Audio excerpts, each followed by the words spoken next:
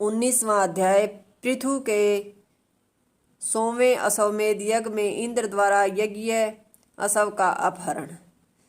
मैत्रेय जी बोले, हे विदुर, इसके बाद महाराज पृथु ने ब्रह्मव्रत में पूर्व वाहिनी सरस्वती के तट पर 100 अश्वमेध यज्ञ करने का संकल्प किया।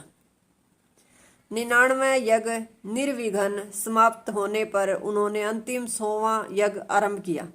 इंद्र सतक्रतु इसे सहन न कर सके और ईर्ष्यावश विघ्न करने में तुल गए। राजा पृथु के यज्ञ में भगवान ब्रह्मा, विष्णु, शिव आदि सब देवता अपने अपने पार्षदों सहित पधारे थे। ऋषि मुनि, योगेश्वर, सिद्ध, विद्याधर आदि भी सब वहां उपस्थित थे। महाराज पृथु के यज्ञ में पृथ्वी कामधेनु बनकर यजमान के मनोरथ पूर्ण करने लगी। दूध, दही और घी की नदियां बह चली।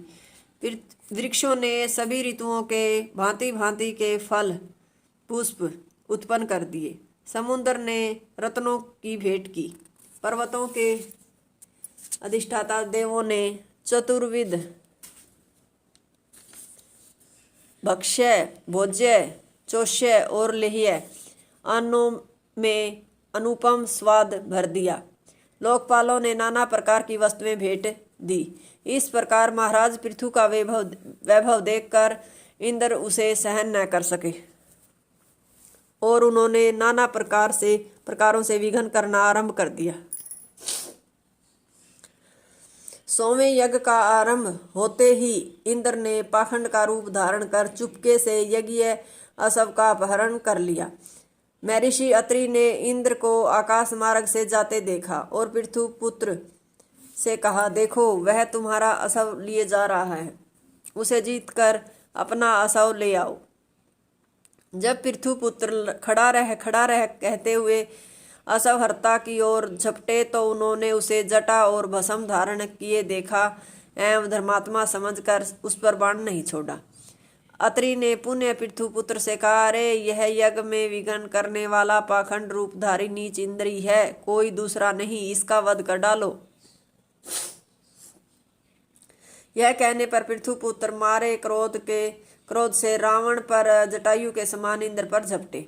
इंद्र तुरंत अश्व और पाखंड रूप को त्याग कर अंतर्हित हो गए। वीर पृथु पुत्र अश्व को लेकर यज्ञ मंडप में आए।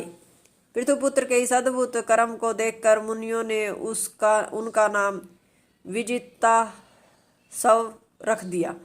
जब दोबारा पुनः यज्ञ आरंभ हुआ तब इंद्र ने माया से घोर अंधकार फैलाकर सुवर्ण की जंजीर से खंभे में बंधे हुए अश्व को जंजीर सहित अपहरण कर लिया।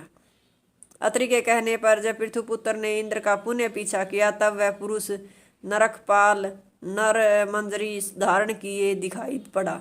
विजिताश्व ने महात्मा समझकर उसे फिर नहीं मारा। अत्रि की प्रेरणा पर उन्होंने उसे मारने के लिए धनुष पर बाण चढ़ाया। तब इंद्र अश्व और अपने बनावटी रूप को त्याग कर पुनः अंतर्हित हो गए।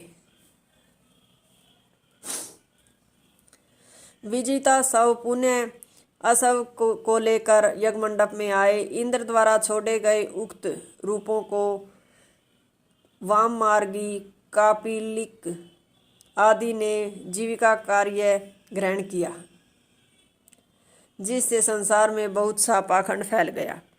इन पाखंडियों का अनुसरण करने पर मनुष्य का यह लोक और परलोक बिगड़ जाता है। इनके भ्रामक वेश तथा मीठी बातों से मनुष्य को सदा बचना चाहिए।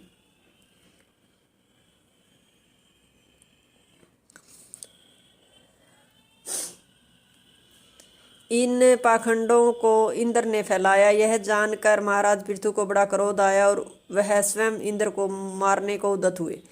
तब ऋतुजों ने कहा, महाराज आप इंद्र को न मारे, हम मंत्रों से यहीं बुलाकर आपके शत्रु इंद्र का भी अग्नि में हवन कर देते हैं। हे विदुर, यह कहकर ऋत्विजगण स्त्रुआ लेकर ज्यों ही आहुति देने को तैयार हुए, ब्रह्मा जी ने आकर उन्हें रोक दिया और पृथु से कहा, राजन आप भगवान के अंश हैं, इंद्र पर क्रोध न करें और यह यज्ञ बंद कर दें। देवताओं के साथ हठ करना उचित नहीं। आपका एक यज्ञ कम ही रहेगा तो उससे कोई क्षति नहीं होगी, कारण आप तो मोक्ष धर्म के ज्ञाता हैं। यह भी देखें कि आपका असव चुराने वाला आपसे लज्जा रहा है, उससे आप संधि कर ले। आप तो धर्म के रक्षार्थ अवतीर्ण हुए हैं। आप फैले हुए इस पाखंड पथ का अंत करें। मैत्रेय जी बोले, हे विदुर, ब्रह्मा जी के आदेश अनुसार पृथ्वी ने इंद्र के साथ संधि कर यज्ञांत स्नान किया और जो वहां उपस्थित थे उन सब देवता, ऋषि और मैं ऋषियों के आशीर्वाद ग्रहण करते हुए उन सब का दान मान से पूजन किया।